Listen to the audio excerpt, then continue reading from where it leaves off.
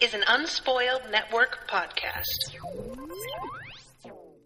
This is Unspoiled, covering Penny Dreadful, Season 2, Episode 8, Memento Mori. In this episode, it is all about couples and their dysfunctional fucking relationships. Some of them are even dead. That is dysfunctional. They're not functioning. They're dead. Welcome to Unspoiled.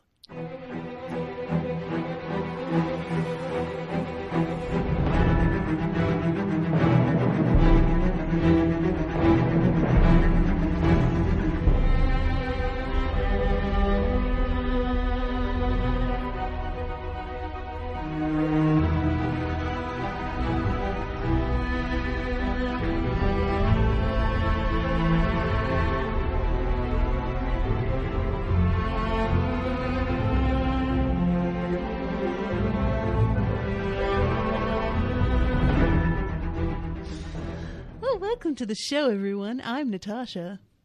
I'm Maggie. Dan. Dan, where are you at? Dan. He was just right here. Dan. I'm here. I'm sorry. What the I don't know fuck? if you heard. Okay. Did you just mute yourself? Yes, because you know why? Because you were laughing so hard at my awesome joke? No, because Sheldon had squeaky toys. You need to get this under control. This scourge upon your house. He hid one under the couch, to a level that he could reach in. Well, anyway, that's Dan, everybody. So this episode, this is a lot. Mm-hmm. This episode was a bit too much. I was not prepared at all. Because, let's be honest, I figure there's not going to be any Vanessa this episode by about 2/3 through. And I'm figuring we're going to keep the, intensity to maybe a little bit of a minimum. As minimum as this show ever goes with that kind of thing.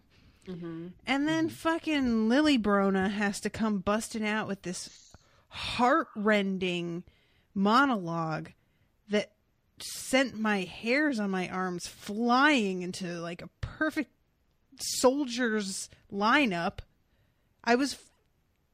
My eyes filled with tears. And I was just sitting there holding my breath oh my God, through the whole thing. That was a lot. This was a really good episode. That's not the only thing that happened, but it may as well have been.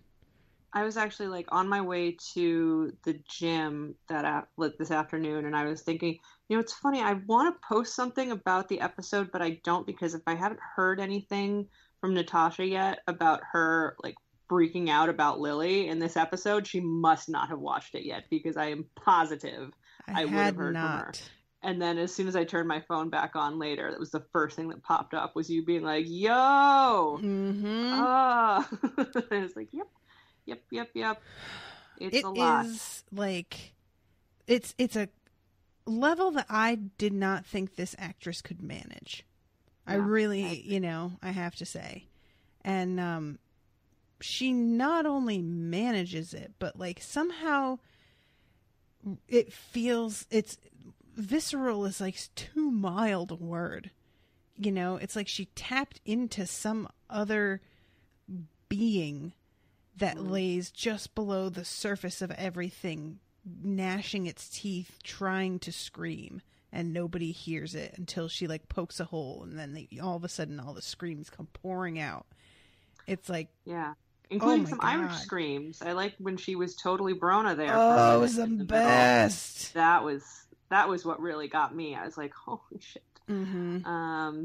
But yeah, I like that she's enraged and also kind of fucking with his head. Oh yeah. I'm not gonna lie, I enjoy that. Mm-hmm. Caliban is so confused right now. Yeah, I think is basically what this boils down to. I really want to use the Troy meme that just says, "I have the weirdest boner right now." Yep. Exactly. Exactly. It was very hard for me to keep my attention on this episode, only because, like you said, there was no Vanessa and Ethan, and I was like, well, fuck. See, I didn't like have a problem with, like, I thought at first that I might, and then it was just so goddamn good it didn't matter, which I didn't think was really something the show could pull off. I mean, everybody is great on this, but there are this Caliban storyline has been the one that I have most consistently been like, oh, fuck all of you. I hate both of these dudes, and I feel so creeped out on Lily's behalf. And because they managed to, like, you know, turn the corner this episode, otherwise, you know, this would not have been nearly as much fun. But that was what made it so, because that has been, I don't even want to say the weak point, because it's still been a compelling story. It's not like when fucking James and Donna show up on Twin Peaks where I'm just like, oh, who cares? Yeah. It's not like that, but it's just been not fun to watch because I'm just squicky the whole time. Right. And we start off this episode like with her with more Caliban being no. It starts with the episode with Caliban throwing water on. No, it starts with Brona in bed with this corpse rolling around on him. Right. Yeah. Before the credits. And she's like stroking him and talking to him as if he's alive and talking back. And I really thought for a second, like, did we jump ahead in time and she's with Victor now?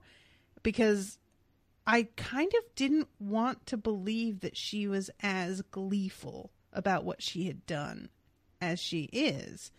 I thought it was going to be, I strangled this guy because I was having this, like, kind of crisis of, like, this existential, like, what does it mean, and why are you warm, and why am I not, and these experiments that I saw in this place, and just kind of like a kid poking like, or burning ants with a magnifying glass kind of thing. Mm-hmm. Do you get what I mean? Well, yeah, I think you have it right, but, like, she took it to be like, I'm God because you're the ants, not like as like, oh, what is like a higher thought of it, but more of like, no, she's literally the kid with the magnifying glass with some fucking ants, and guess what? Well, see, that's the question though, because when she drops into the Brona brogue later, it leads me to believe that she remembers much more than she's told them, and that this isn't just some experimental thing. This is her, like, actively pretending to be somebody else because her like mission now is to murder as many men as she can. Yeah, I think it was one of those things where, like, we saw with the first guy who's, I'm forgetting his name again, the original monster who wasn't Caliban. Proteus. You know, that his memories were seemingly slowly coming back to him. Mm-hmm. I get the sense that seems to be, at least from my impression from, you know, the Brona part showing up in the speech, that the same thing must be happening to her. Mm-hmm. But it still doesn't mean she's the same person. It's not like she's all of a sudden like, oh, now I'm Brona again. It's that is now informing who she is as this new person of Lily. And this new person is real mad about a lot of stuff. Oh my God, it's the best. It's kind of the best. Like, this is essentially how I felt about Gone Girl. Mm-hmm. Those of you who have not listened to that episode on iTunes, unfortunately, we had some technical difficulties with it. So partway through, me and Jamie start to talk over each other a little, which is a total shame because it was a really good one. But there is a character in that is like gleeful in fucking up people's lives. And I've seen the book criticized for it, but in many ways, I was totally on that character's side. As terrible as they are, I was just like, this is fucking brilliant, and she's so full of like misdirected or undirected rage that I'm just like, yeah, I know that feel, bruh. This is like, you know, an angry feminist comment section come to life, like a horrible screaming horde of women who are just fucking done with it, and it is wonderful, and I loved it. I love this show. It's so good. So, yeah, she's stroking this fucking corpse and talking about what a shame it is that boys have to grow up. But don't worry, you won't have to. And she just wanders the fuck out of this guy's apartment. And... No, she kisses his fucking eyeball. Oh, that's right, and she leaves a little lipstick print on his weird eyeball. I want to say, like, that's a great bit of acting. I mean, I know it's probably prosthetic, but, like, what character choice was that? Like, did they fucking, like, what's, like, Brona's actress's name? Billy Piper. There we go, Billy Piper. But I was like, you know, it'd be fucking great. Like, she's in her, like, little nightgown, and, like, the director's like, oh, what? I'm just gonna kiss this fucking fool's eyeball. Or maybe she was like, I was gonna lick his eyeball, and then he was like, tone it down. Right. And I'm sorry if I sound like Brona from a few episodes ago. I don't have the consumption. You don't have tuberculosis? No, I don't have tuberculosis. Though, you know what? I haven't ruled that out the whole way that shit's going down with vaccinations these days and whatnot. Fucking, I don't know. I mean, I am vaccinated, but who the fuck knows? But yeah. So, like, I wonder, like, I wish I was, like, a fly on the fucking wall when that scene was filmed. I really want to imagine that they planned that a while ago. That somebody who just, like, designs the overall look of the show is just, in general, like, wouldn't it be cool if somebody, like, kissed somebody else's eyeball? And director's like, putting that in my back pocket. Yeah, where are we going to do that? We'll find a way to make it work. Figure it out. So then we have the credits. Then we go to Frankenstein being woken up by a bucket over the head. And I thought for a second that he had tried to commit suicide, but it appears that he OD'd? Is that what happened here? It's not an OD, but he'd taken too much. Like, an OD is really when you're, you know, when you die. Yeah, Okay. exactly. An OD means that you're dead. Yes, you have officially overdosed. This was too dosed. Like, he's overly dosed, but he has not overdosed. You do often, like opium is a narcotic, so, like, it makes you sleepy anyway. Mm-hmm. So it's not an upper, which many frequently do take after having like a narcotic, but currently he did not have any right now. I think I was just confused by it because of, like, I guess he just shot up, like, standing somewhere in his house, or his little apartment, and fell down, because I was just like, why wouldn't you, like, wait and shoot up when you're in bed or something, dude? But maybe he was just so friggin' eager. Dishes, I don't know. When you lay down and get high, the gravity makes it slower to feel by. So do you think that was on purpose? I think he just kind of fell down. I don't know. I think he shot up, and then he probably knocked his shit over and fell down and went sleepy bye. What a dork. Well, exactly. In any case, here comes fucking Caliban with a bucket of water, because he saw Miss Lily out with Dorian and flipped his shit. Mm-hmm. And this was last episode, and later on this episode, he sees them out together again, and she's getting a necklace purchased by his shady fucking hands. Yeah. And Victor wakes up and promptly vomits, and Caliban standing over him, demanding to know where she is, and basically tells him she was for me, and she's not yours, and she's not his, and I am going to fuck up your life so hard because this is your doing, that you let her go out with this guy. Mm-hmm. And he covers him in water and yanks a fucking like cable down from the wall and holds it up like he's gonna electrocute him. That was some scary shit, I'm not gonna lie. That's effective as a threat. That would work on me. You'd be like, all right, Yep. Have her. Bye. I believe you.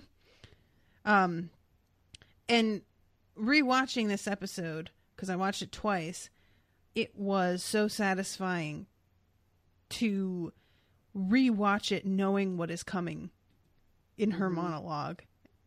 Because, like, you know, watching this the first time and the way that he's talking about her, like she's a fucking, like, pet, is so disgusting that it was hard to even sit through. And then, you know, she promptly lays the smack down, and I was just like, oh, thank you. Love you. So that's essentially it on that scene. And then we go to Mr. Malcolm's being visited by the detective. I feel like I went through a lot to remember his name last time, and I do not remember it now. Bartholomew J. Schmubbins. I don't remember. Bartholomew something. No one needs to care because he's after Ethan. He's the fucking antithesis of Ethan. No one has to give a shit about him. I don't know if he's the antithesis though, because he's pretty fucking smart, man. Like he keeps impressing me with how he's hounding my boy. Get it?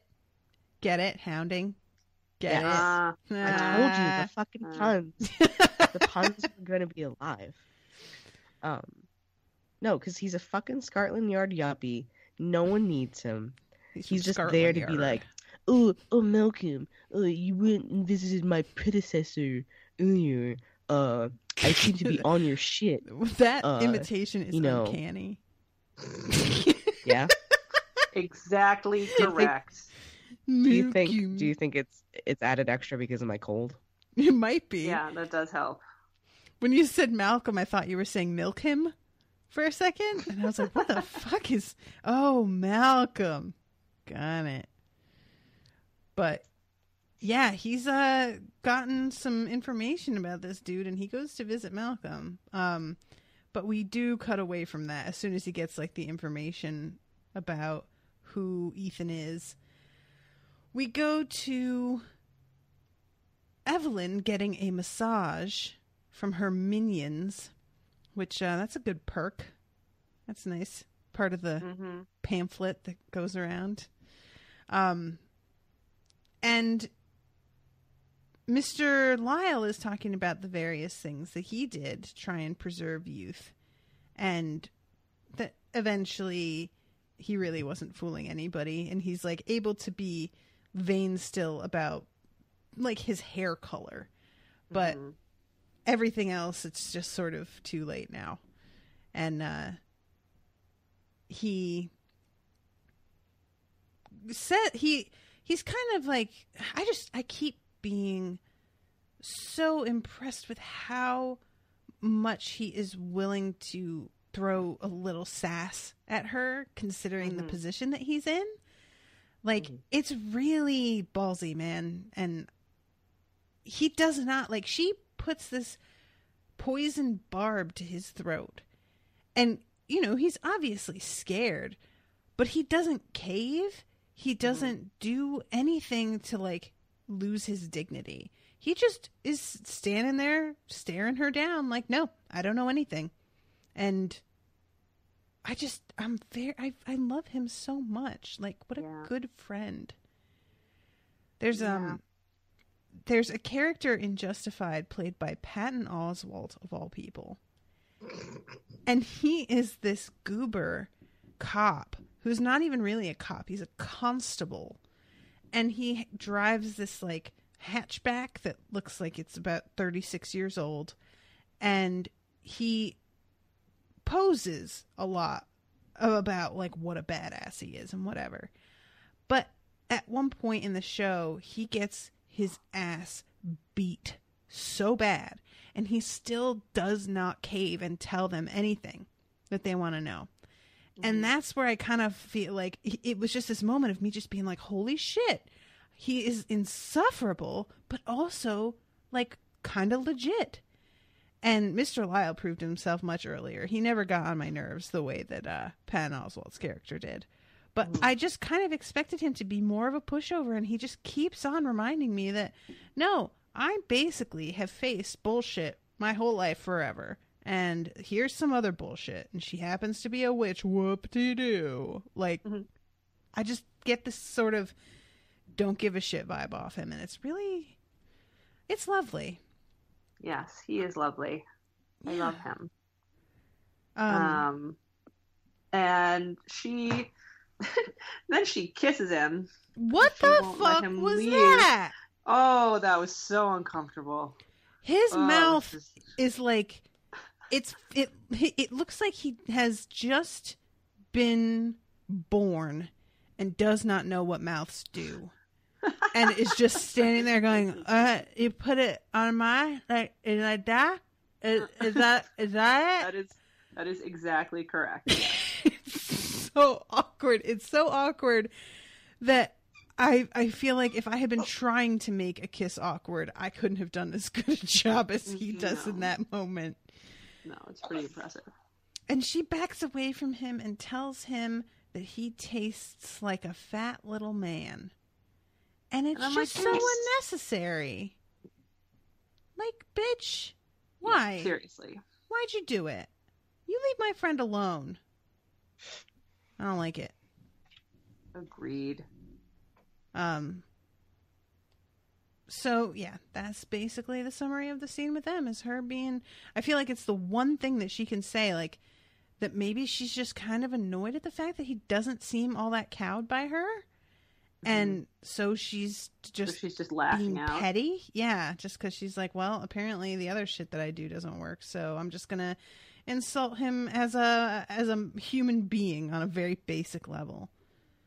Which, weak, Evelyn, weak. Yeah, no, boo. Boo. Boo. She's really, she's kind of all over the place in this episode, I gotta say. Yeah, she is. Wouldn't you say? I mean, she just seems like emotionally there's a lot going on for her. Yeah. she's lost her touch. Oh, yeah. So she doesn't seem completely like outmaneuvered or anything yet, but still she seems unsettled. A little flustered at moments in this episode. Flustered, that's a good word. Yeah. Well, I mean, that may just be a weird take, but she doesn't do great this episode. Some things work out for her, some things don't. And I think it's hard to tell at certain points too later on how sincere she is about some of her offers. But this is, it ends on kind of a high note for her in a sense, but she's got some real lows through this episode. Yeah, it really strikes me almost like she isn't used to having to put this much effort in. And it's like, when you're coasting in high school and then you start college and you suddenly realize that you can't coast anymore and you literally do not know what to do. Because you're just like, but I always get to just do whatever and always have what I want, always. Like, nope. She's just not really... we don't know exactly how old she is. So based on the fact that she's never really had a foe of any significance before, she could potentially have gone like hundreds and hundreds of years just like on, what's the word I'm looking for when you drive but you're not driving?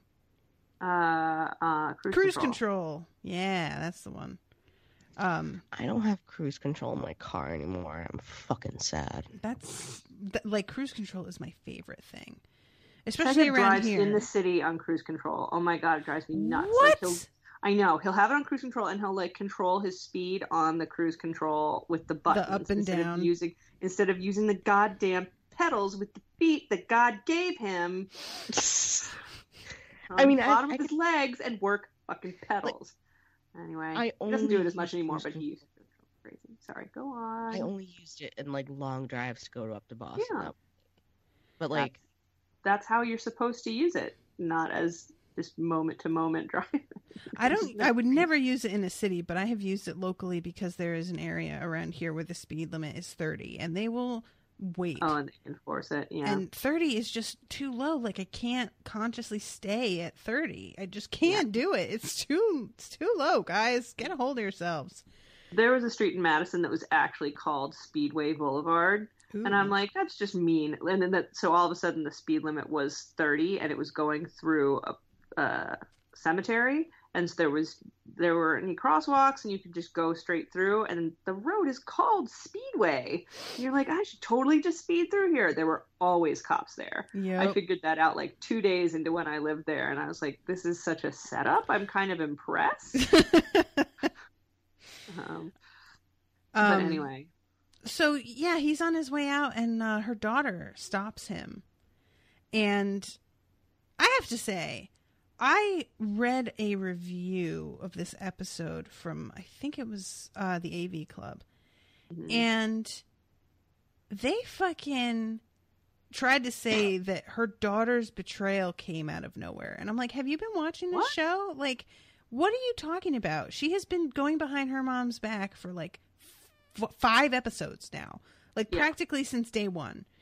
Mm-hmm. And yeah, I just don't know what the hell they're talking about. But this moment, it's kind of like she's not doing like much with her sales pitch, because all she's saying is basically, my mom's old, I could do more. And I'm like, bitch, what do you bring to the table other than being young? Because honestly, being young is kind of a disadvantage when you need somebody to like think things through and not be impulsive and childish. So maybe your youth is not the big advantage that you think it is. And maybe you need to like come up with anything else that you can do that's worthwhile. Yeah. Like, girl, you got nothing. Come on. Show me anything. Yeah, she's not my fave. So I feel like what they do with her is kind of flailing here. Mm-hmm. Like it's not that it comes out of nowhere. It's just, it's so milquetoast. Like, it's just so, hey, I can offer better, but I can't really offer specifics on what would be better. Right. But like, and she just seems very uptalky in my head, even though she's not on the show necessarily. But like, hey, so Mr. Lyle, my mom's super old, and I think that you could hang out with me instead, and I'm gonna find out more about Ethan because he's super hot. Like Mr. Lyle would be like, all right, you got me with that one. First of all, back up off Ethan because he's mine. Anyway, Hecate bugs me. Yeah, I think that's completely fair. Mm-hmm. So that's basically it, is that she's like presenting this deal to him and he's just like, yeah, I'm going to leave. And then we have the Inspector Bartholomew, what did you call him? Schmubbins? I did. I think it's something like that. I don't know. Going to talk to Senor Malcolm. And he is kind of pressing Malcolm's buttons here in a way that we have not seen happen to Malcolm before, which is really interesting. Like, there is a subtext that part of the reason that it's succeeding so well is because of the enchantment and Malcolm being kind of like thrown off by things that happen that he does not remember distinctly. But there is also kind of I am not used to having to be on the defensive at all because he has pals in so many places that this guy just like coming up in here and trying to tell him how things are. He's like, I'm sorry. Are you new? Yeah. Did you not get the memo that I run shit? Don't why you think that's a thing that's going to happen. Right. No. I really like Timothy Dalton's acting in this scene. Mm-hmm. I thought he did a really great job because you can see him just getting more and more frustrating. And then there's just a moment where he pulls out the flyer, Ethan's flyer, and Timothy Dalton's eyes flicker the tiniest amount and immediately gets super freaked out. And it's literally like a millisecond cornea acting. Like, it's not even like, not even just acting with your eyes, it's acting with his pupil for a millisecond. And I was like, this is nonsense how good that was. But also, I also found it interesting that the guy was pressing his buttons, but for totally the wrong reasons. Yeah, right. You know? Because he thinks that Ethan was involved in the death of his daughter based Mm-hmm. on the guy's visit to Scotland Yard. That's what he's aiming at, and that's Mm-hmm. totally not what happened, and it's totally not what is upsetting Malcolm about this conversation. So the guy leaves there like, yes, I totally nailed that. Mm-hmm. Whereas Malcolm's just like, now he's really flustered in the head, but it wasn't really about the same thing that the guy thought that he was accomplishing. Yeah, those are some of my favorite scenes when somebody is like coming to all of the right conclusions, but all the evidence that they have is wrong, because it's Mm-hmm. like, I don't know, I feel like that takes some talent to write something that could go that way in the first place, to have those like plots line up. Yeah. And then it 'Cause that also was such tells a you about how throwaway somebody's mind scene. works. It seems almost like that was a kind of a throwaway scene in the first season that I'd almost kind of forgotten about it. Like, it was a good Mhm. scene when he has that line about stop looking for a man, start looking for a beast. Mm-hmm. But since that kind of got dropped to a certain extent, once he went in and realized that this wasn't a vampire situation, Right. that they kind of never went back to it, at least involving Malcolm in that aspect of the first season, that I was like, huh, okay, yeah, they set that up and brought it back. Good job. I'm impressed. Right. So, yeah, he leaves. He shows him the thing. He's like, oh, I don't know. Who's that? Well, no. And then we go to Victor, and he is having an attitude with Lily, who has come home with this ridiculous story about falling asleep on a park bench. And I'm like, girl, you couldn't have come up with anything better than that. You had like all night. Yeah, But she doesn't care, though. She doesn't want that's- to come up with anything better than that. Yeah, I think that's what it comes down to, is just that, because at this point, watching it the first time, I'm still not sure about what her motivation is in anything and how much she wants to keep all of this secret or what. So I was more irritated with her. And then on the second watching, I'm like, oh, she just doesn't give a fuck. Mm-hmm. And almost wants him to ask questions, because she wants him to start to realize who he's dealing with, like a tiny Mhm. bit. Yeah. Mhm. But yeah. But he has no idea. He's not picking up anything she's laying down at all. No, he's too distracted by his own boner. Yeah. Yeah, he is. You know what's interesting too? I know it's a little ahead of ourselves, but I think starting from this point now, you kind of see this slow progression of her clothing getting darker and darker, Mhm. which is Mhm. kind of cool.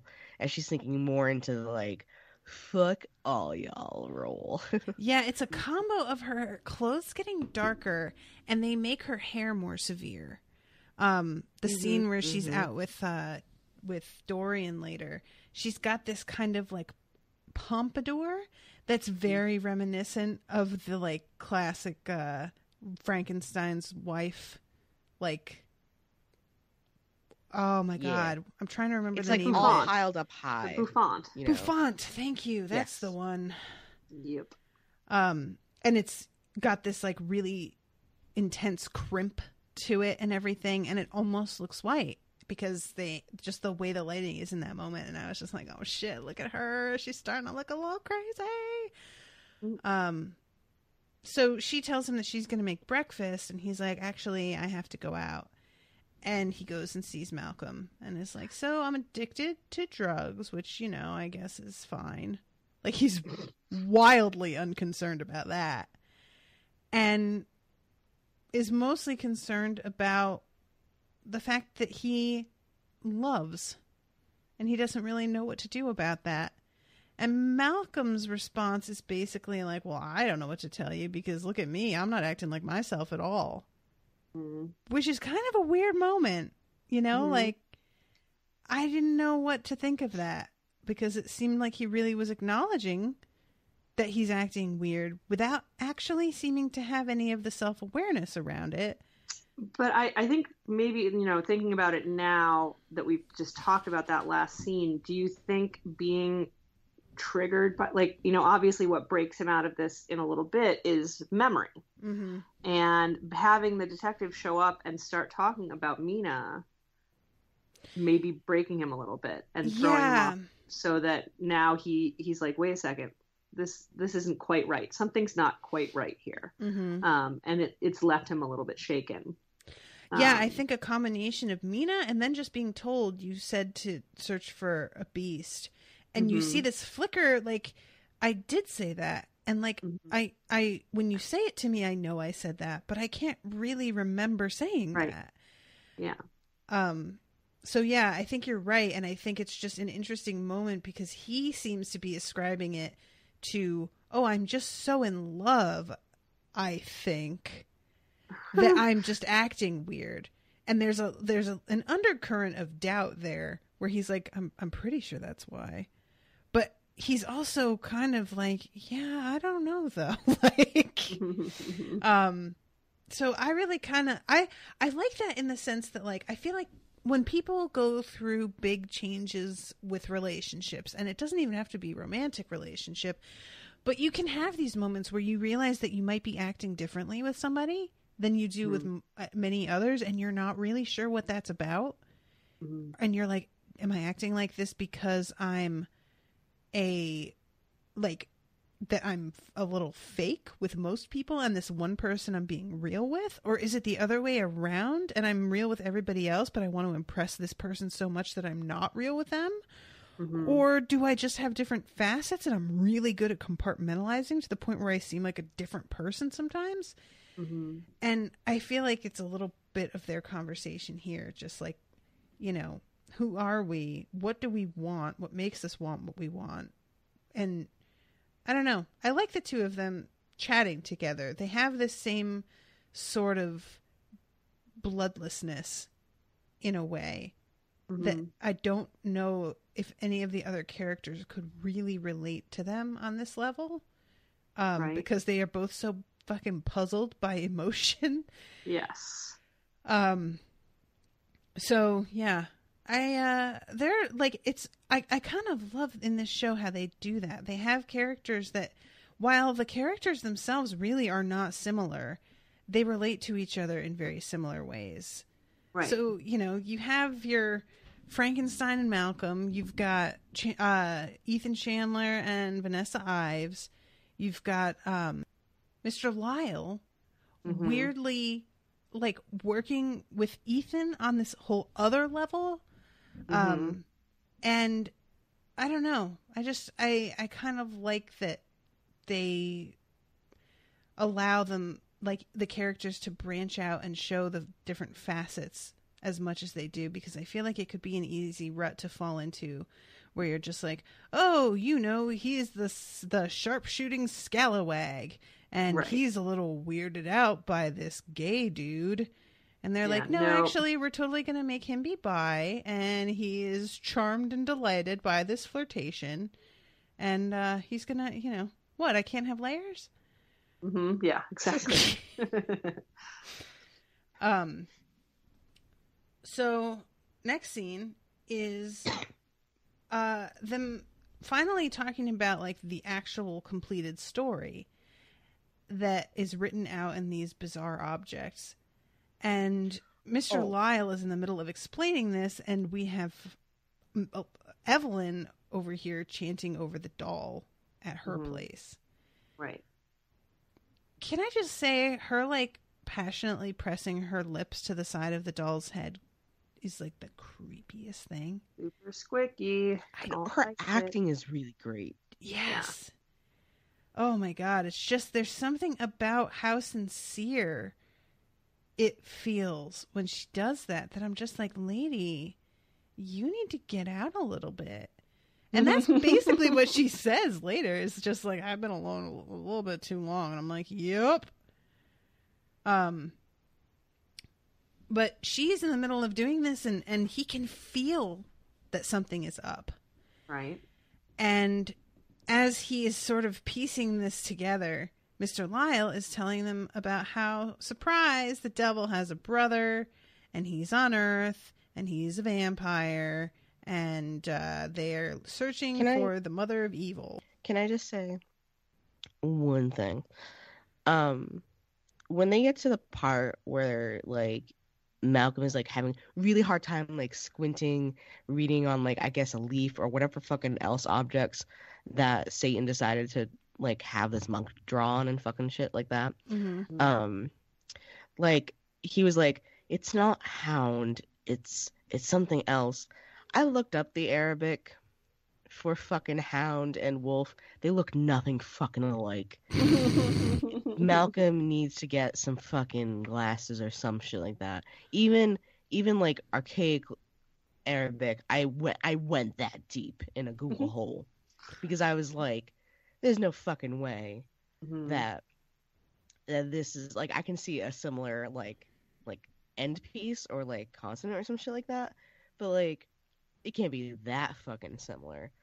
And no, they're not. So I think he was just like, either the fucking heart shit was like fucking with his brain and he couldn't quite read it, or like, what if she put it in his brain? What if she wants them to like put this together? So yeah, they this seems to shake them all a little bit more than I felt personally. Like, because it comes down to the same thing. Basically what it is that, you know, they want to seek the mother of evil who will unite them both, and then they can take over heaven and bring on the apocalypse. And it just, to me, I'm like, didn't we pretty much know this? It just seems like we heard already that like the devil is looking for his wife or whatever to bring on the apocalypse, and this just feels like it's just that in a slightly different version of the story where now the devil has a brother. The difference is that there's brothers like feuding out over trying to find. They say there's historically been like some female incarnation of this in various different cultures. It's supposed to be a feud, like they're each trying to get her first? Isn't that basically what they're saying? Like, I mean, they're saying that, well, either they're feuding or they have to work together to get it, but there are two different things going on here. There's a vampire and a devil. Yeah. That are brothers. And the first season we were dealing with a vampire who was looking for her. Now it looks like we're dealing with a devil who's looking for her. How is this going to resolve itself? That's like, okay, because if it's a feud thing, that just because I got that there were two different creatures. I don't think it's necessarily, but I don't know necessarily like feud is what they're saying, but like that they're both aiming for the same thing. Okay. And she appears to be the current incarnation of what that thing is. Okay. So we have the devil, and then we have the vampire brother being like, well, I want to fuck her first, basically. Right. I think it's a race to do that. Well, so I think more than that, it's just what they seem super surprised by the idea that there are two angels being talked about that are brothers. Because that has not been talked about at all until this moment. This idea that one of them went to hell and one of them went to earth. That's where they're all just like, wait, what? Which really, what is the real hell then? Is Earth the hell? You know, I'm sorry, I'm just trying to be. So, and I think it's trying to retroactively, like, a lot of like fix, I guess, the whole like, why are there vampires then, or why did the vampires want Vanessa in the first place? So they're just trying to kind of retcon how much they decided to put into this. I think so, a little bit. I could see that. So. And then there's a third character, apparently the Hound of God. But wait, not really Hound, the Wolf of God. Opus DA. Wait. Lupus DA. Sorry, okay. I keep saying Opus. Yeah, because that's from that fucking book with the secret Mary suck Jesus thing. That's why it keeps fucking sticking in my head. I did take Latin, but like I did it mostly to make fun. I wanted to take Latin and they didn't offer it at my school. I was like so salty about that. So I had to take Spanish to learn the same language as my dad. Lame. And now, if only I knew as an adult how much I would have wished that I had paid more attention in Spanish. And yet. So yeah, she's got his heart in her hand and is chanting. And he's having this like kind of weird twitchy moment where he's like, something's wrong. And then all of a sudden his eyes go black and he says, "You children." And he flips the table. And then Sembene decides he has had enough of this white person shit and he is going to fucking step in. And I love him so much. He gathers up Malcolm like he's an errant toddler and tosses him into this dusty ass room that, like, seriously, have you just been... Sembene is just like the fucking rock of everything. He has to fucking... And he loves Malcolm. That's the thing about this, is he's like, this has gotten ridiculous, and I'm not letting you do this anymore. You need to stop it. Yeah. Stop it. So yeah, he throws him into this room and screams at him, "Know who you are." And Malcolm looks very startled.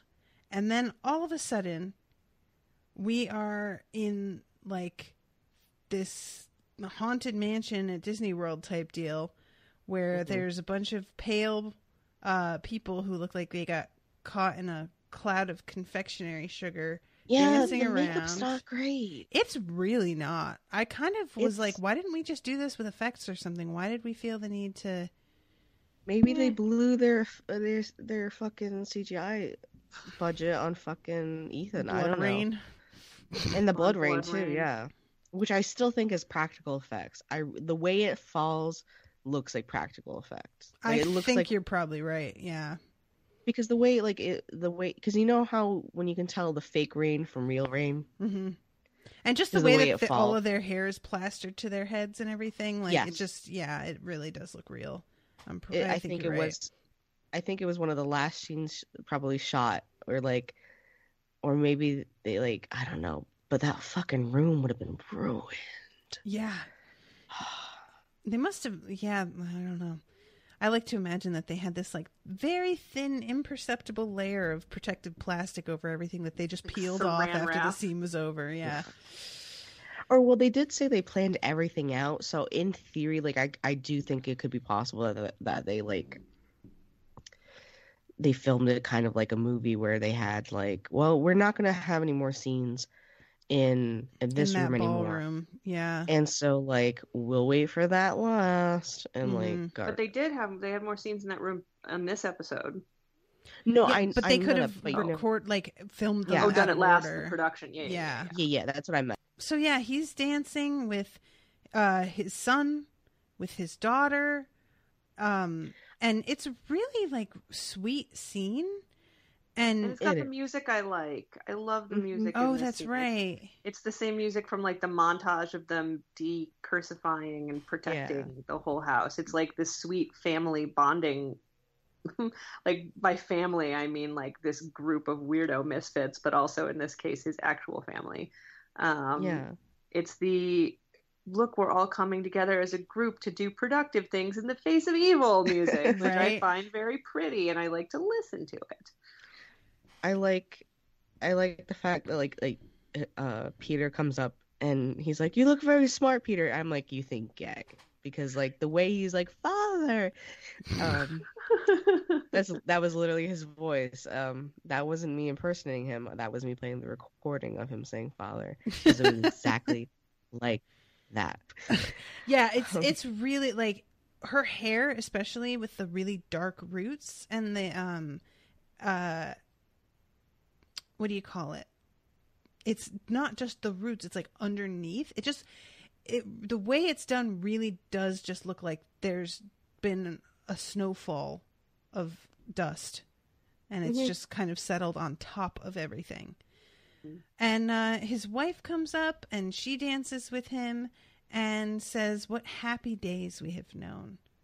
And that was a really sweet moment. And it's I thought that it was a really good way to handle a situation where you want to have a positive memory for this man who did not treat his wife well, who did not treat his family well, who did not have a great relationship with them. but you still need to have something powerful and happy enough to bring him back out of all this. And that's a tricky thing to do and still be honest about what we've seen of his relationships with them all so far. And I think the wording of it, what happy days we've known, is really smart. Because, you know, as much as things can, you know, be painful and terrible, there are always going to be moments that you remember being like shockingly great. Like the kind of great that you try and replicate for the rest of your life and never quite manage to get back. So I liked the way that they did this scene overall a lot. I also like again, to bring back Maggie's like ocular acting, or like no, cornea acting. Like his eyes in this whole scene too is very like when he sees Mina, he's like, he looks like a genuine child, like on Christmas Day look. And I think Timothy Dalton's kind of an underrated actor. Yeah. I don't know if he's underrated. I feel like people love him. Really? But, I just don't feel like people think much about him, honestly. Oh my God. Yeah. Maybe I'm just biased because he was my favorite Bond. Had a thing. Yeah. Well, that's the thing. A was lot of people like, people claim that he was the worst Bond because that was the worst film of Bond. And so like they're always like, Timothy Dalton, he sucks. Or they just don't remember him. And like I always had a fondness for Timothy Dalton. He played Caesar in this one Cleopatra film. Cleopatra basically being the Shakespearean play version of everything. And I just fucking loved it. And like it was VHS. I'd rent that like once a month from Blockbuster. I think it was like 1999. Billy Zane's also fucking in it. Weird. There's a name I haven't heard in a bit. Exactly. So like I think people kind of think of Timothy Dalton as like the British Billy Zane. All right, so back to the thing.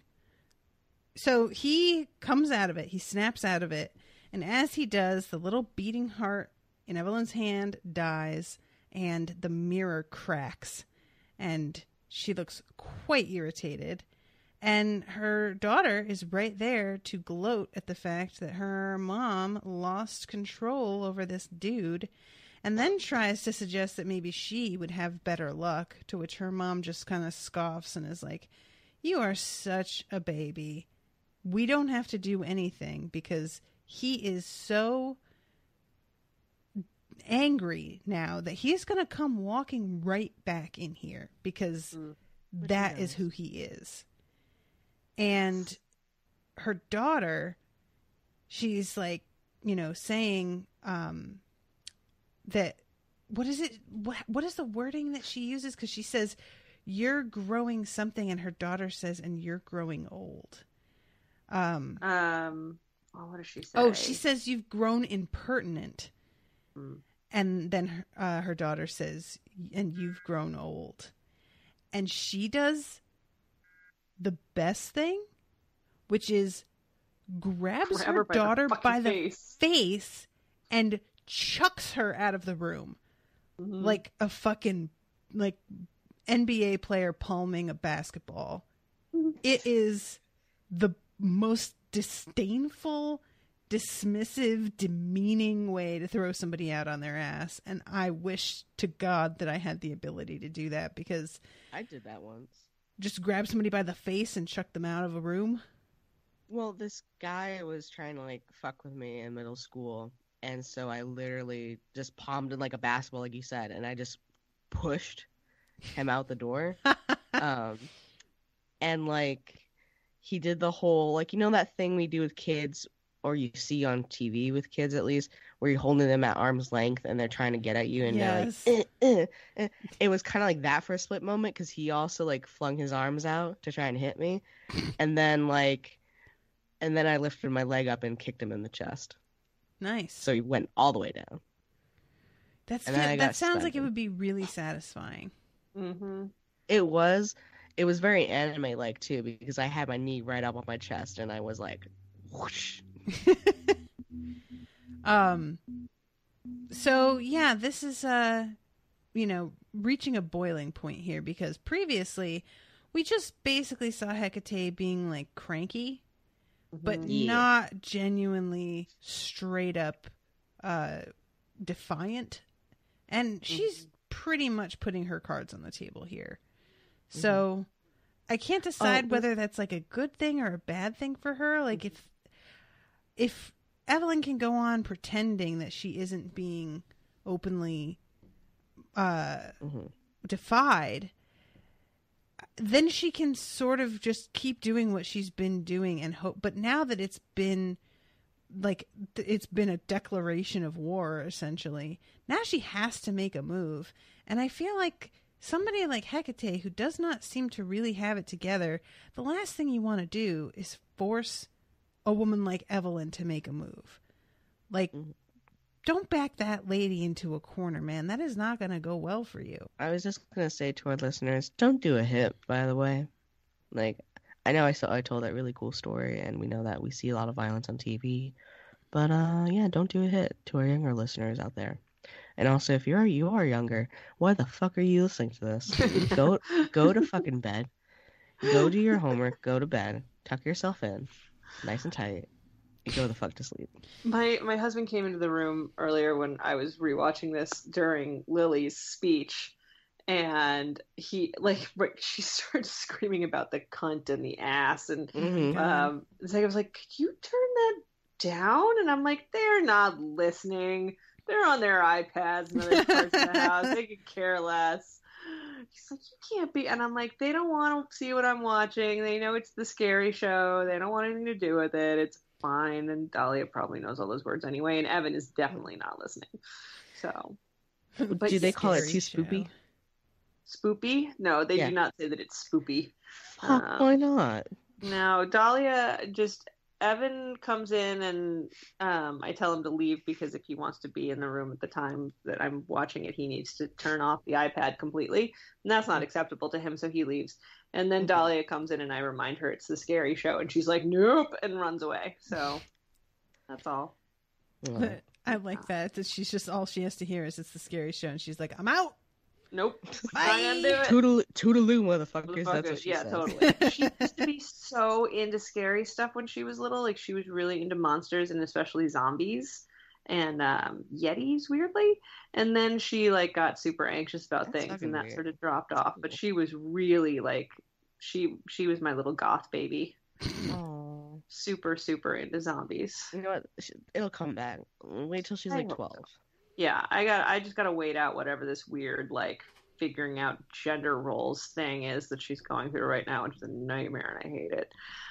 Is she asking a lot of why do boys wear pants? It's more well, girls like things that are cute, and I'm like, yeah, well, yeah, that's great. Yeah, I'm like, have you seen the toys your brother plays with? Boys can like things that are cute too. You should tell her Uncle Dan plays with lipstick. Yeah, and she's seen Evan play with lipstick too, so it's just crazy. Evan's like a glam rocker. It's hilarious.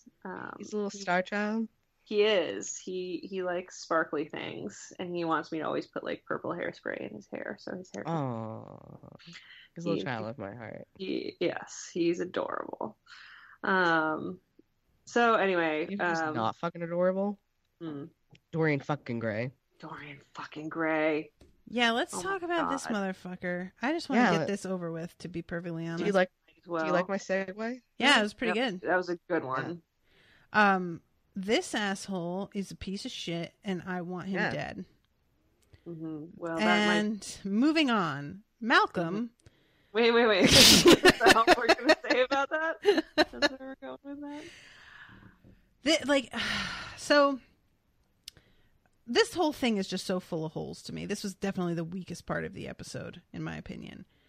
They're going to be like, all right, this painting is the most important thing in his world, but he's going to just leave this unprotected door that can kind of come open from a strong breeze. No, guys, I'm not buying it. First of all, that's a fucking sealed room. So tell me how there's a breeze coming out of there. No. Secondly, there's no way that he wouldn't have like a lock or something so that only he could get in there. It's your thing that you are literally willing to kill someone over. Mm-hmm. Just so this bothered me. And he comes home and sees that Angelique is in there. And you see him like grip his scarf in this way that I thought he was going to go strangle her. But then he comes in the room with 2 glasses of champagne. And I'm like, oh no, he's going to do it this way, which is like worse somehow. Because it's so much more cowardly, I think is really what it is. At least if you strangled her, you would be like doing it yourself. But with the poison, it's like, I'm going to pretend until the last seconds that I still care about you. And he turns it into this, like, could you still love me even though that's what I am and that I'm a monster? And she says yes. And he's like, well, I don't believe you, as she fucking dies. And I'm just like, play the smallest fucking violin. I just don't give any shits about your fucking self-pitying ass. And maybe you wouldn't look like that fucking thing in the painting if you weren't a goddamn horror show and willing to just like treat people like toys that are for your amusement for a little while until you get bored of them. You're the worst. You are boring, Dorian Gray. So, yeah. And Angelique deserved so much better, and it's so painful because she thought she had found so much better. She really and it thought. went to shit so fast. So fast. Yeah. And it really kind of, like, I'm sitting here. She was killed because she found his painting. Same time, what guaranteed that he wouldn't have killed her? Because I feel like if he got bored of her and she's still hanging around and he's like, get off my case. Because she's asking him, oh, you're going out with Mrs. Frankenstein again? So he's already feeling like, oh, cramping my style. Right. I'm not putting it past him that he wouldn't have killed her at some point anyway, just because he was just getting irritated. Right. And why exactly does he go, oh, hey, so here's my supernatural secret, instead of, oh, hey, a painting that I don't put out in front because it's ugly? Right. That's an interesting, good point. I don't really get... does it look that much like him that he assumes she knows what's going on? I don't know. I mean, we see the painting and I don't think it looks anything like him. Yeah. And it's cool when it moves, though. That's the one thing, is that I was like, well, maybe it moves and he knew that there was no explanation for that. But the way he reacts when it moves makes me feel like that is not a frequent thing. So... For me, it made it, like, my hypothesis on the why it moved thing was he says something about, like, this is all of my sins made flesh, all here in this painting. And my thought was it moved because he just added another sin. Same. By killing her. Yeah. So every time he gets to have a little jump, little jump scare. Like, you wouldn't expect it by now. I don't know.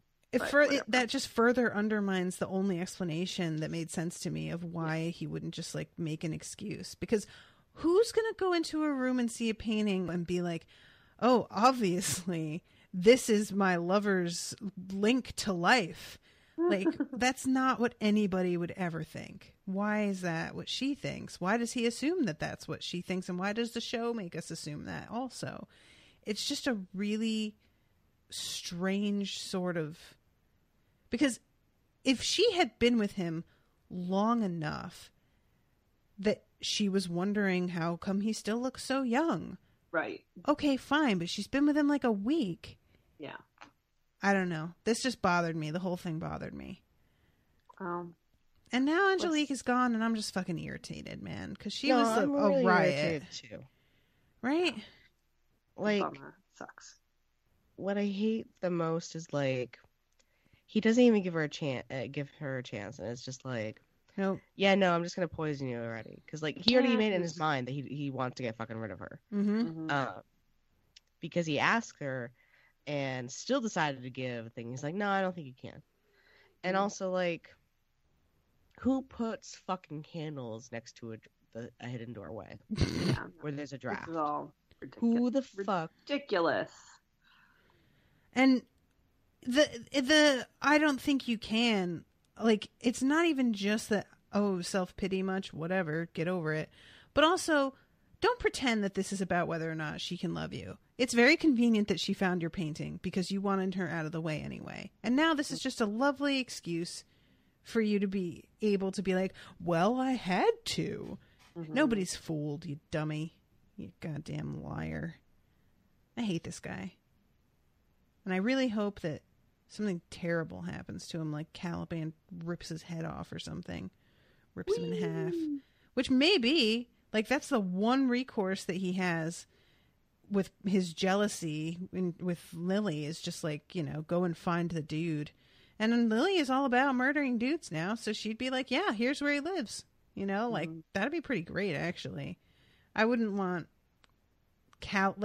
I'm not really rooting for it for Caliban's sake, obviously. But if Lily endorsed it, then fine. Murder away.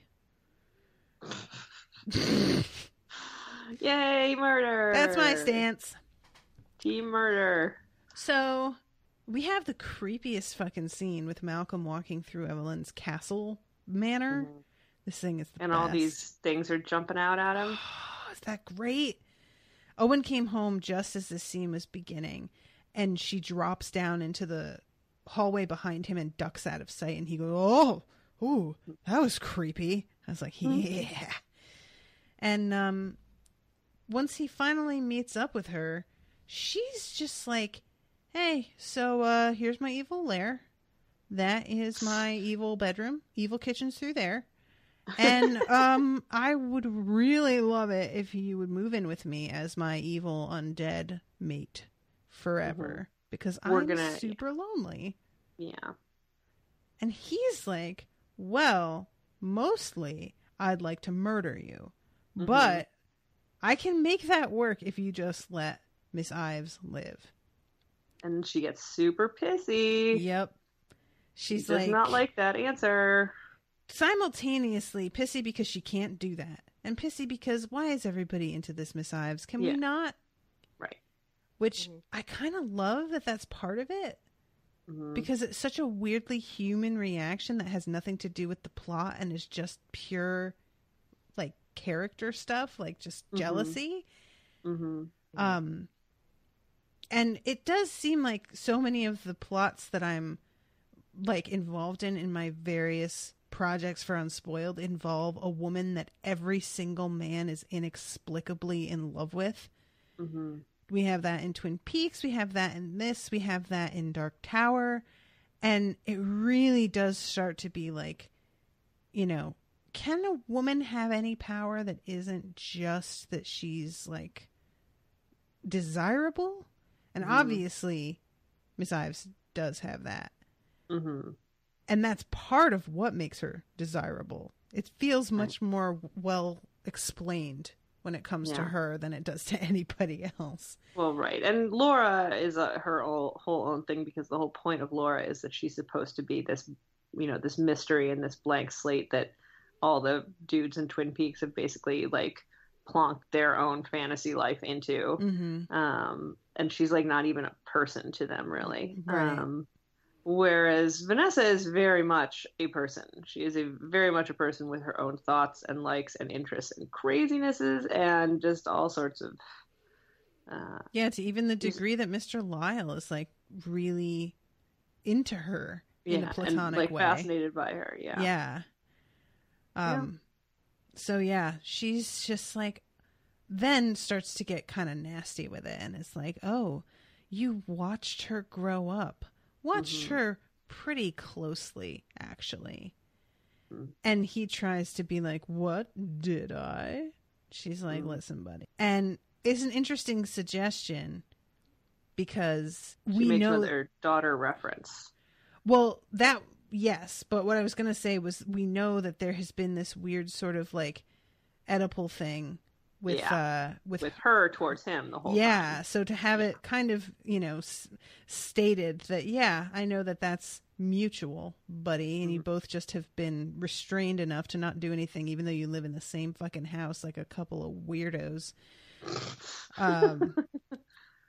It's just, you know, we haven't really heard much from him about that. We haven't seen much of his perspective. He's a closed book in a lot of ways, and we only know what we know about him because other people have said. Right. This is what Malcolm was like in this situation. This is what he was like in this situation. Right. Yeah. So for her to call him out, like whether or not she has much to go on there, it definitely, ruffles his feathers a little bit. Yeah. And what is it exactly that she says? Because the daughter reference, I caught it, but I'm trying to like find the spot exactly where she says it here. Something I can't about find it. like we do care so much for our daughters or something like that. But right. It's a good thing that we care for our daughters.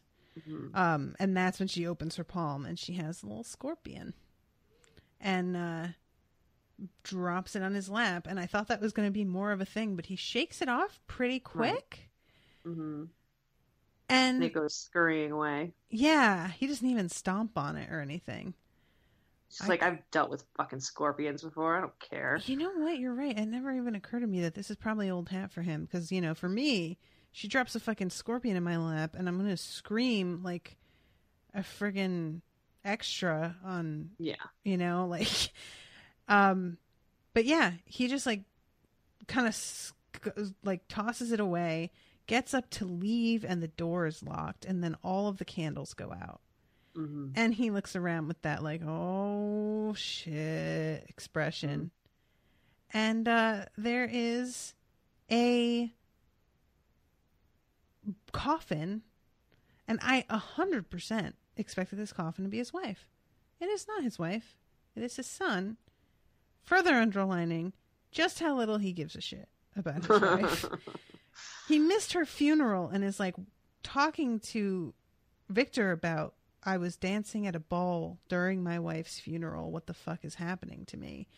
And yet, given the opportunity, I think, to pretty much choose what he sees, is kind of the impression that I have. He still does not pick his wife. Still. No, his guilt is so wrapped up in Peter above and beyond anything else, because he was the first one that he completely feels like he failed. Mm-hmm. And I think we've seen that a few times. It does come back to Peter a lot in a lot of interesting ways. Especially because Peter always felt like his dad didn't really give any shits about him. Right. Probably because he was gay. Sort of the undertone there. Oh, Peter, you mess. I'm sorry, buddy. You weren't wrong. But he does see, is his wife the second one that sits up, and yes, then and Mina's then third? It's Mina, yeah. So they are kind of coming at him, and it pretty much ends with him being surrounded by them. And I just wanted to like get through that whole storyline because I want to go back and talk about, guess who? Brona, the amazing. Brona is coming home from her weird date with Dorian, and I really would like to know what the fuck that date was. And Jean Claire is standing there watching her like a creep, obviously wanting to scare her. And he comes out and wants to know, who are you? And he asks her this a bunch of times, and at one point says, stop pretending to be afraid. Which was a kind of a weird, because when he said that, I thought he saw her murder that guy. Like, I thought he was implying that I know what you've been up to, and that you're not afraid. So just drop the act. But I'm not now, like, that he seemed so surprised at the I think it's more of him trying to make her admit that she's more savvy than she's letting on by like playing all these guys against each other. He is not expecting her to take it quite where she takes it. Okay. That's sort of my take on it, at least. Okay. I can go with that. I also kind of think she kind of knew that he was there. Oh, she totally knew. That whole like, oh, Mr. Clare, you scared me was so fake. That was totally like a fake simper. Not at all. Yeah, no, that was totally not real. Simper is a good word. Yeah, which is why it's so easy for her to throw that face off immediately and just go into her awesome rant. Oh my God. All right. So he gets up in her face and he's yelling, "Who are you?" And she's like, "Well, you would know more about that than I do." And then they like face off and he says that he could never get what he actually wants. And she's like, "Oh, well, yeah. I mean, what you want is to hold my hand in the village. And when people are cruel to you, I'll love you even more." And when was it that we heard this fantasy of his? Because that's like verbatim what it is. Mm-hmm. It was a few episodes back. Who is he talking to? Is he talking to He's Vanessa? telling to her? No, when he's saying the thing where he's saying to her the story about how they were walking together in the village. Right. So he's telling her, he told her that, and she just knew it was all bullshit. It was bullshit, yeah. Right. Oh God, this is so beautiful. I just love it all so much. And I love that as she's saying this with this total disdain in her voice and calls him a pathetic creature, the camera refocuses on this shattered mirror where there's like 6 of her saying it to him. And then refocuses on his face because in this moment to him, she is every woman ever. Like she's so not a person. She's just representative of women. And it's so fucking annoying. Like, okay, I'm going to sidetrack real quick for a second here. Caliban is an incel. And if you don't know what an incel is, go Google it. And be horrified. Yeah, and then shoot yourself in the head because the world is a terrible, terrible place full of terrible, terrible people. Incel is short for involuntary celibacy. And dudes call themselves that as shorthand for women won't fuck me. It's a mystery. Why won't they? Because they're cruel. Not because I'm terrible. Not because I smell like cheese. No, it's because women are just cruel creatures who are unfathomable. Yeah. And basically what he's doing with her being every woman here is totally an incel move, where he has assigned her this whole thing that has nothing to do with her. And it's just the fucking most disgusting, dehumanizing thing. And her reaction to it all, "Don't we make a beautiful couple, thee and me?" She says, "Thee and me? Shall we wander the pastures and recite poetry to the fucking cows?"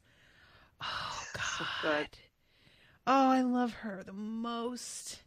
What does that mean about me? I'm so angry.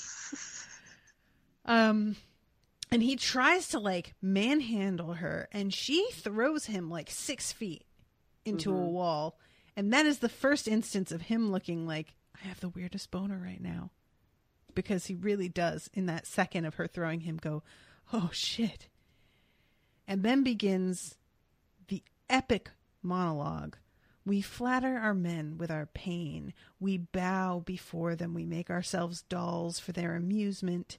We lose our dignity in corsets and high shoes and gossip and the slavery of marriage. And our reward for this service is the back of the hand, the face turned to the pillow, the bloody, aching cunt as you force us onto your beds to take your fat, heaving bodies. You drag us into the alleys, my lad, and cram yourselves into our mouths for 2 bob when you're not beating us senseless, when we're not bloody from the eyes and the mouth and the ass and the cunt." And she picks him up and fucking tosses him. Oh my God, it's the most beautiful thing. The way that she goes Brona for a second there, and how raw it is. It's like she's growling. Ugh, it's too much. It's too much. And then she says, never again will I kneel to any man. And she says, never again will I kneel to any man. Now they kneel to me. But then she sits back and asks him, what are we here for? Why do we exist the way that we do? What is this? And he says he doesn't know. And she suggests to suffer, and he thinks that's why. And she wants to know, like, does it have to be like that? And he says, well, of course, because we never get what we want. And she zeroes in on that and is like, oh, what do you want? Women? I'll bring a dozen here. We can fuck them together. And he doesn't answer her. And she's like, oh, me specifically. Mm-hmm. Okay. Well, I can play that game. And then she just puts this face on. I want you.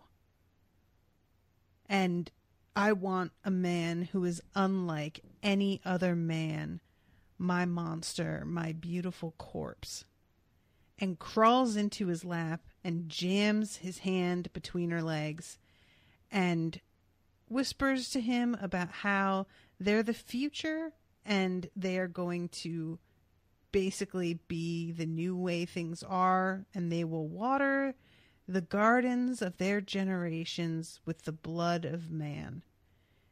And that once Victor comes back, they will wrap their hands around his throat together. Yo. Mm-hmm.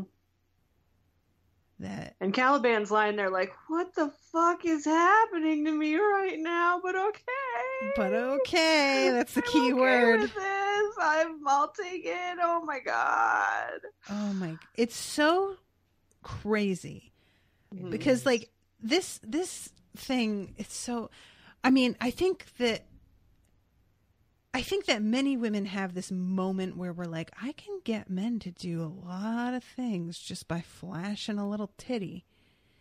And she has flat out said to him, but the instant that she's like, no, but I want you, he's like, oh yeah, you probably really do. Dude, were you not listening to fucking anything? Like, but he's just so easy. Like, they're so easy so much of the time. Oh my God. Dude. You want me? Really? Well, yeah, makes sense. No, it does not. Dude, she just laughed at you a minute ago about your face next to her face. Oh, man. She is I like how terrified amazing. He looks, too. Terrified, but eager. Mm-hmm. Like, yeah, just, I don't know what is happening here, but she's on top of me, and I'm kind of liking that part. Go with it. So, yep. Yeah. She wants to kill Victor. I want to kill Victor, too, but she seems really into it. Yep. Yeah. Like, I want revenge, but it seems to turn her on. I'll lick your sins away, she says. Oh my God. No, and nobody that has ever been or ever shall be will love you the way that I'll love you. Which there's pretty much no better way that she could have said that ever. That's the way. And then this will be our home. And pretty much we're going to kill him, and then we're going to like make a bunch more of us, right? Right, which I don't understand. First of all, do their baby making parts still work? And if their baby making parts work in the baby making sense, would the babies then also be undead? Because if they're killing Victor, they don't really know how to do this again without him. Mm-hmm. And so, like, he's not really paying attention to how what she's saying doesn't make a lot of sense. But fine. Maybe, I don't know. Undead babies. That was something that I was really hoping was going to come up in The Walking Dead, and they never did it. Oh. Huh. Because if a lady miscarries and they aren't able to like take care of it the way that they would with, modern medical equipment right away, guess what's happening?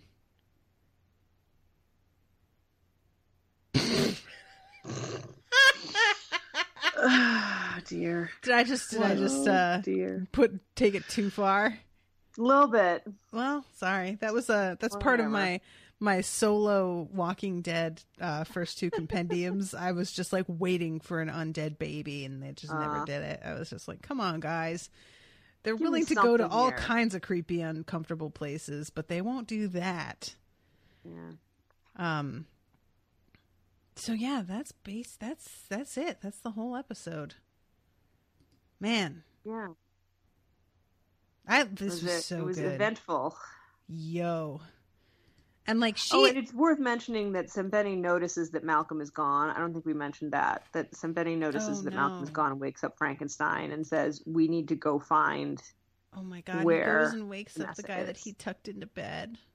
Sembene's the best. I love him. Oh my God! Love him so much. And also, there's a moment that I had wanted to mention that I forgot with Evelyn and Malcolm, where she talks about how he's like the lamb that she ties out to lure the lion, and she goes, "I just need you to." So good. I love that.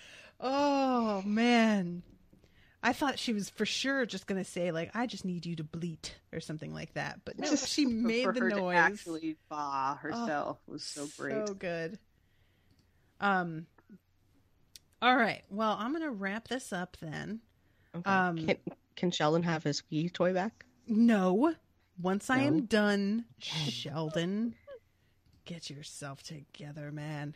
Should we so at the very end? Can we get like a bit of him squeaking a squeaky toy? You've heard him squeaking his squeaky toy, Dan. That's true. We've all heard it. I just like to include my boys on the podcast. That's all. All right, so I'm checking for new reviews and new patrons. We only have 2 this week. We have Illy and Richard Weinstein.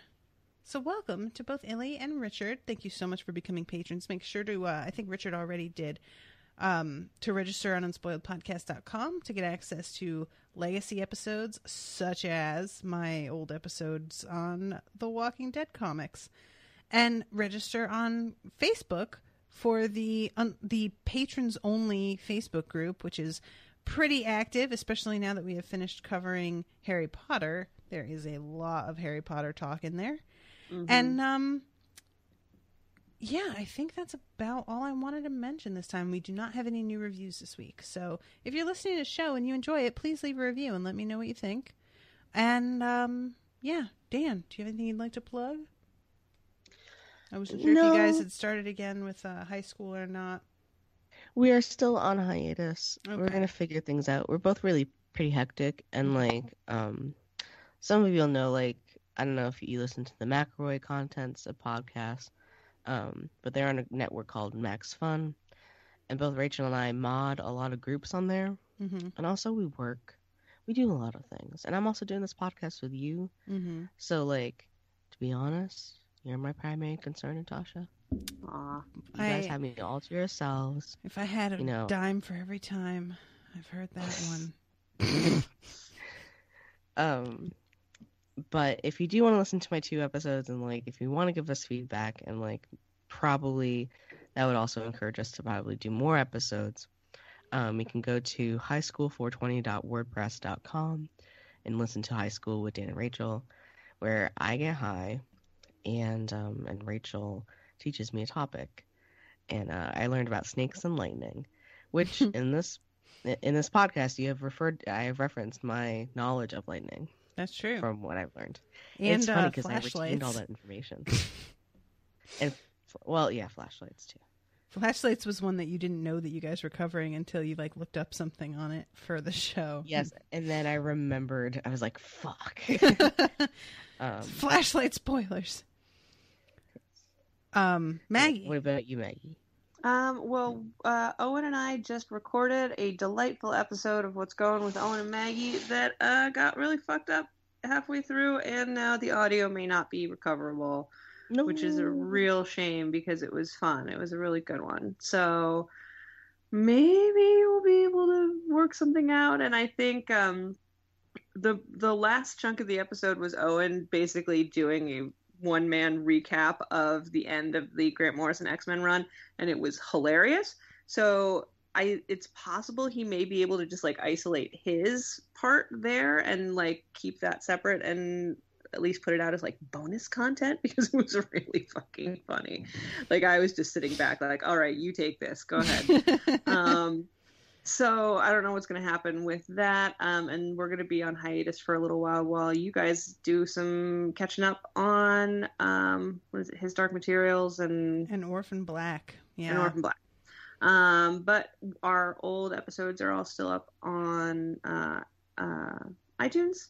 So feel free to go back and listen, and you can check out our Facebook group where we post silly things about comic books and about the new Thor trailer, which was awesome. Yeah, that was really fun. Oh my god, it was so great. And I hate the fucking Thor movies, and I hate the Thor comic books, but I like Thor in the Avengers movies, and I'm really all about what's about to happen with this movie. I'm really excited about it too. Yeah.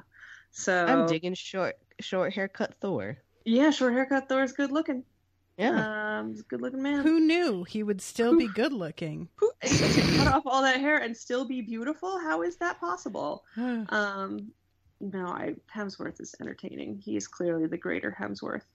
Yeah, definitely. I've always maintained that he is the greater Hemsworth. Well, there's a third Hemsworth. There's a third Hemsworth who's on Westworld. Yeah, there's three. There's three fucking Hemsworths, and I think a cousin as well. It's like, god damn it. What are they doing down in Australia? But yeah, no, Chris is clearly the best, and he's the best in this trailer. He's hilarious, and I'm really excited about it. So, I heard that. I didn't give him anything. Does he just make that sound? I'm trying to plug here, Dan. Come on. No, I'm done. I'm totally done. It's fine. Oh, and then Twin Peaks, which we're recording tomorrow. Right. Yeah. And I do for patrons. So you should... yeah, if you're $5 and up. Then there you go. Do it. We're at a good part. Fun stuff's happening. Oh my god, this next episode was bananas. I haven't rewatched this one yet. I know which one it is, but yeah. No, I'm excited. Sheldon. Fired. All right. Well, thank you both very much for being here this evening. And thank you, Sheldon, for keeping that shit to yourself for a little while. And thank you all for listening. And we will see you next week with a new episode. Toodaloo, motherfuckers.